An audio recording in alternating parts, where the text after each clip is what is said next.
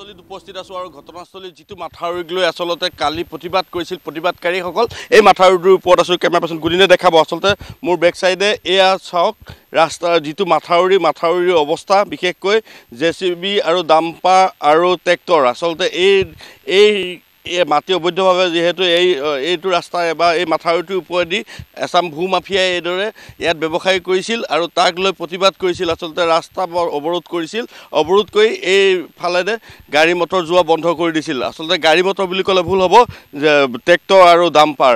আৰু মোৰ বেক চাইডে দেখা পাব অবৈধভাৱে ইটা ভেটা যি গঢ়িছে। আচলতে এইটো এটা উদাহৰণহে। ইয়াৰ পাছতো কেইবাটাও ইটা ভেটা আৰু বনাঞ্চলৰ দাঁতিত এয়া এটা বনাঞ্চলৰ দাঁতি আৰু ইয়াৰ পাছতে আমি যদি চাওঁ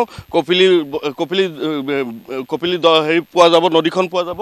কিন্তু এই মুহূৰ্তত মই দেখাই আছোঁ যে নিশাৰ এই মন্দিৰটো আচলতে যিটো মন্দিৰত তেওঁলোকে ইয়াত আলোচনাত মগ্ন হৈ আছিল আৰু সেই সময়তে আৰক্ষী আহি উপস্থিত হৈছিল।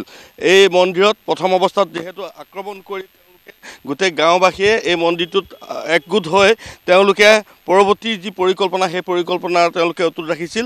আৰু তাৰ পাছতেই দেখা গৈছিলে যে আৰক্ষী আহি প্ৰতিবাদকাৰীসকলৰ ওপৰত আক্ৰমণ চলাইছিল। এগৰাকী আমাৰ এই অঞ্চলৰ উদীয়মান যুৱক আছে, তেওঁক ভিডিঅ' সংগ্ৰহ কৰিবলৈ আমি পঠাইছিলোঁ। সেই মুহূৰ্তত তেওঁ ঘটনাস্থলীত আহি উপস্থিত হৈছিলে।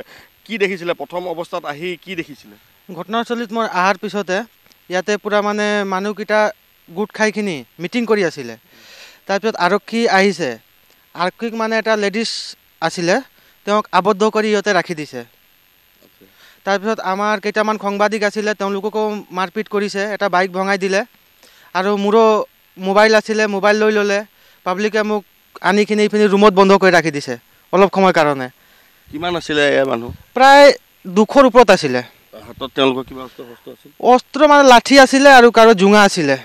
দুটা জোঙা চাইছোঁ মই। তাৰপিছত আৰক্ষী কিমানজন আহিছিলে? আৰক্ষীটো ফাৰ্ষ্টত আপোনাৰ 15জনমান আছিলে। তেওঁলোকক মানে পাব্লিকে মাৰিখিনি খেদাই দিলে। আৰক্ষীও মানে তাতে আঘাতপ্ৰাপ্ত হৈছে। কিহে মাৰিছে? এইটো লাঠি দি মাৰিছে। তাৰপাছত আৰু এইটো আৰক্ষী আকৌ গুচি গ'ল। তাৰপিছত নেক্সট সময়ত আকৌ তেওঁলোকে আহিছে। অহাৰ পিছত এতিয়া আহিছে, পাব্লিকক ধৰিছে।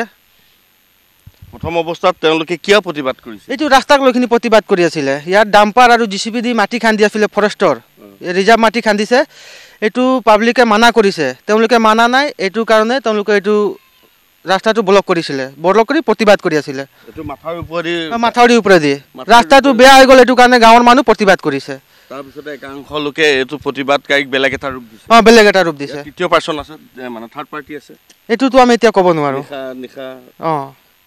সুযোগ লৈ থাৰ্ড পাৰ্টি হ'ব পাৰে, কিন্তু আমি এইটো ক'ব নোৱাৰোঁ এতিয়া। আমি ঘটনাস্থলীত যেতিয়া আহিছোঁ এইটোৱে চাব পাইছোঁ। আৰু কোন কোন আছিলে ঘটনাস্থলীত? সাংবাদিক কোনোবা আছিল? সাংবাদিক আছিলে।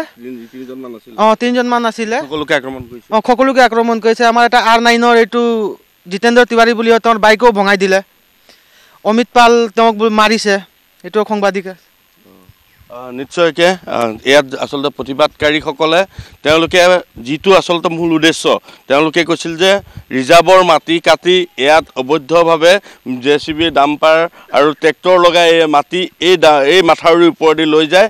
আৰু তাৰ পাছত গাঁওবাসীয়ে এই ঘটনা আচলতে ৰোধ কৰিবৰ কাৰণে তেওঁলোকে ওলাই আহি প্ৰতিবাদ কৰিছিল যে এই ৰাস্তাত কোনো ধৰণৰ ডাম্পাৰ বা ট্ৰেক্টৰ যাবলৈ দিয়া নহ'ব।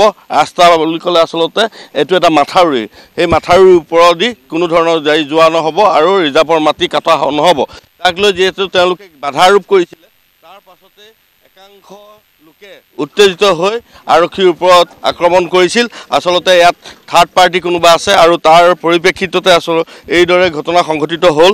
আৰু গাঁওবাসীয়ে আচলতে এতিয়া নিৰ্লজ্জ হৈ পৰিছে আৰু এতিয়া তেওঁলোকে মানে কোনো লোক আচলতে ইয়াত ওলাই অহা নাই।